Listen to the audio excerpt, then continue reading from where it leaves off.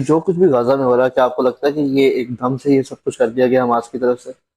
बिल्कुल भी नहीं। ऑब्वियसली इसके पीछे पिछले 3-4 सालों से, और स्ट्रगल तो 75 सालों से है उनके, लेकिन अभी जो रिसेंट कुछ एक्ट्स आपने देखे हैं इंटरनेशनली, अगर देखें या वर्ल्ड पॉलिटिक्स को आप देखें, तो जो चीज़ें की गई हैं पिछले 3 सालों के अंदर, तो वो वहाँ से आपको एक आइडिया होता है कि यस, इस चीज़ की स्ट्रगल बहुत पहले से चल रही थी, और इसमें बहुत बड़ी जो इंटरनेशनल बॉडीज हैं वो भी इन्वॉल्व हैं किसी हद तक, और जो बड़ी पावरफुल कंट्रीज हैं जैसे कि चाइना, रशिया, उन्होंने अपना बहुत ही क्रिटिकल रोल इस प्ले किया है। अगर ऑन फ्रंट देखें तो ईरान तो इस चीज़ के अंदर है, और ऑलरेडी वो तो कन्फेस भी कर रहा है कि हाँ, ये मैं इसको हमास को सपोर्ट कर रहा हूँ। पर बैकअप के ऊपर एक बहुत बड़ी पावरफुल कंट्री है चाइना, क्योंकि ऑब्वियसली चाइना को विन विन सिचुएशन है दोनों के लिए। चाइना ने अपना रास्ता देखना है कि मैंने सी पैक जोन सा है वो मिडल ईस्ट के अंदर लेके आना है किसी तरह, मैंने अपने यहाँ पे रूट्स ओपन करने हैं। और ऑब्वियसली इस रीजन के अंदर जितने भी अरेबिक कंट्रीज हैं, मिडल ईस्ट के कंट्रीज हैं, उनके लिए भी प्रॉस्पेरिटी इसी के अंदर ही है कि वो सब यूनाइटेड होके। और ऑब्वियसली आपने भी न्यूज़ तो सुनी होगी कि जिस तरह से चाइना ने यमन के अंदर एक निगोशिएशन करवाई सऊदीज के साथ, यमनियों की, जो उनके जो बागी थे उनके साथ। और इसी तरह से अब वो यहाँ पे भी अपना एक बहुत क्रिटिकल रोल प्ले करा है, क्योंकि वो ऑब्वियसली चाइना यहाँ से यूएस को किसी भी तरह यहाँ से उसको यहाँ से किक ऑफ करना चाहता है। 6 महीने पहले भी आपने ऑब्वियसली सुना होगा कि जो इंटरनेशनल मरीन टाइम एक सिक्योरिटी फोर्स है, जो नेवल फोर्स है, जो कि यूएस की लीड करता है और यूएस की फंडेड एक नेवल फोर्स है। और ऑब्वियसली यूएस को तो मानना चाहिए किसी भी कंट्री के अंदर वहां पे इन्वेड करके अपनी रूट्स गाड़ने का। तो वो उन्होंने भी सऊदीज को, जितने भी मिडल ईस्टर्न कंट्रीज हैं, गल्फ कंट्रीज हैं, उनको यही लॉलीपॉप दिया हुआ था कि भी हम आपकी कौन सी ऑयल एंड गैस की सप्लाई चेन है उसको हम प्रोटेक्ट करेंगे, और उसके बदले हम यहाँ पे अपनी लेबर फोर्सेस को डिप्लॉय करेंगे। तो रिसेंटली आपने भी न्यूज़ सुनी होगी कि यूएई ने बड़ा साइलेंटली किक ऑफ किया था यूएस की जो लेड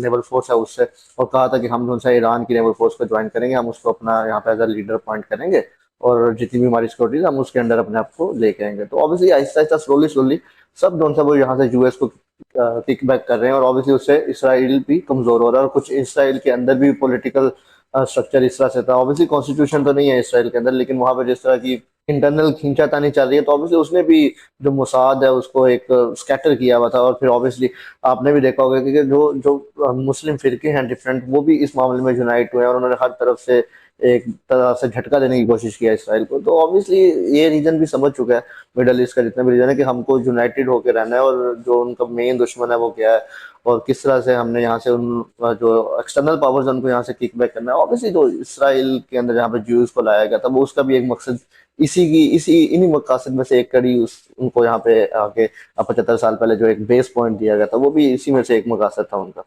तो ऑब्वियसली अब वो चाइना भी पिछले इन चीजों को सपोर्ट कर रहा है, और ये आहिस्ता आहिस्ता, स्लोली स्लोली, बहुत तरीके से। ऑब्वियसली एकदम से तो ये चीजें नहीं की जाती, ना ही उन्होंने किसी से कोई इतनी बड़ी पावर जो यूएस हो गई या इसराइल होगी उससे पंगा लेना है। तो पंगा लेना तो यहाँ पे कोई भी नहीं बैठा। ऑब्वियसली स्ट्रेटेजीज होती हैं जिसको उन्होंने अप्लाई करना है, स्लोली स्लोली स्लोली स्लोली, और उन चीजों को एक्जीक्यूट करना है step by step, step by step. तो हम देखते हैं जैसे पिछले 3 सालों से बहुत ही तरीके के साथ, स्टेप बाय स्टेप, जितने भी गल्फ कंट्रीज हैं वो डिप्लोमेटिक वे के अंदर अपने आप को किस तरह से सेटल कर रहे हैं, और एक यूनिटी की कोशिश की जा रही है इस रीजन के अंदर, ताकि जितनी भी एक्सटर्नल फोर्सेज हैं उनको यहाँ से निकाला जाए। कोई भी ऑन द फ्रंट इस तरह से आके तो कोई किसी से कोई जंग नहीं करता, या प्रेसिडेंटली कोई जंग नहीं करेगा। सब जो उनसे अनऑफिशियली, ऑब्वियसली हिडन ट्रूप्स के थ्रू ही अपने मकसद को अचीव कर देते हैं। इसमें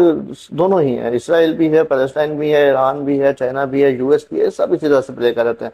अब हमने प्रीवियस हिस्ट्री में भी देख लिया है कि जिस तरह से अफगानिस्तान के अंदर हुआ, या ईरान के अंदर हुआ, लेबनान के अंदर हुआ, उसके अंदर ऑब्वियसली यूएस ने जिस तरह से भी इन चीजों में अपना रोल प्ले किया, तो ऑब्वियसली अनप्रेसिडेंटली ही किया। तो अब ये लोग भी समझ चुके हैं, जो इनके ओपोनेंट्स हैं वो भी फिर ऑब्वियसली अनप्रेसिडेंटली ही फोर्सेस को खड़ा करेंगे, बिल्ड करेंगे, और इंटरनेशनल सपोर्ट ऑब्वियसली बड़ी कंट्रीज से उनको होगी, और इसी तरह से गेम प्ले की जाएगी। नो डाउट अभी तो बहुत ही एक हैवी किस्म का जो सा वो आपको रिएक्शन नजर आएगा। इसराइल बहुत बुरी तरह से रिटेलिएट करेगा, लेकिन यहाँ पे यही चीज है कि जिस तरह की स्ट्रेटेजीज इन गल्फ कंट्रीज ने और चाइना ने मिलकर, ऑब्वियसली चाइना तो बैक एंड पे बैठा है, हम उसको तो ऑन फ्रंट वो तो आएगा भी नहीं कभी, लेकिन जिस तरह से इन कंट्रीज ने अपना रोल प्ले करना है, और एट द एंड उन्होंने यूएनओ को भी किसी तरह से मैनिपुलेट करना है इस मामले में, कि भाई आप तुम लोग उस वक्त नहीं बोलते जब पैलेस्टाइन पे अटैक हो रहा था, तो इस वक्त क्यों बोल रहे हो। और एक बहुत ही प्रेशर बिल्ड किया जाएगा रशिया की तरफ से, चाइना की तरफ से, और ईरान की तरफ से यूएनओ के ऊपर भी, कि वो इसके ऊपर ऐसा खास कुछ एक्शन ना ले। और ऑब्वियसली मामला तो एट द एंड निगोशिएशन की तरफ ही जाएंगे, इसराइल रिटेलिएट करेगा, लेकिन इसराइल की रिटेलिएशन को रोकने के लिए या उसको मिनिमाइज करने के लिए ये यूएनओ और जितनी भी इंटरनेशनल बॉडीज हैं वो सामने आएंगी।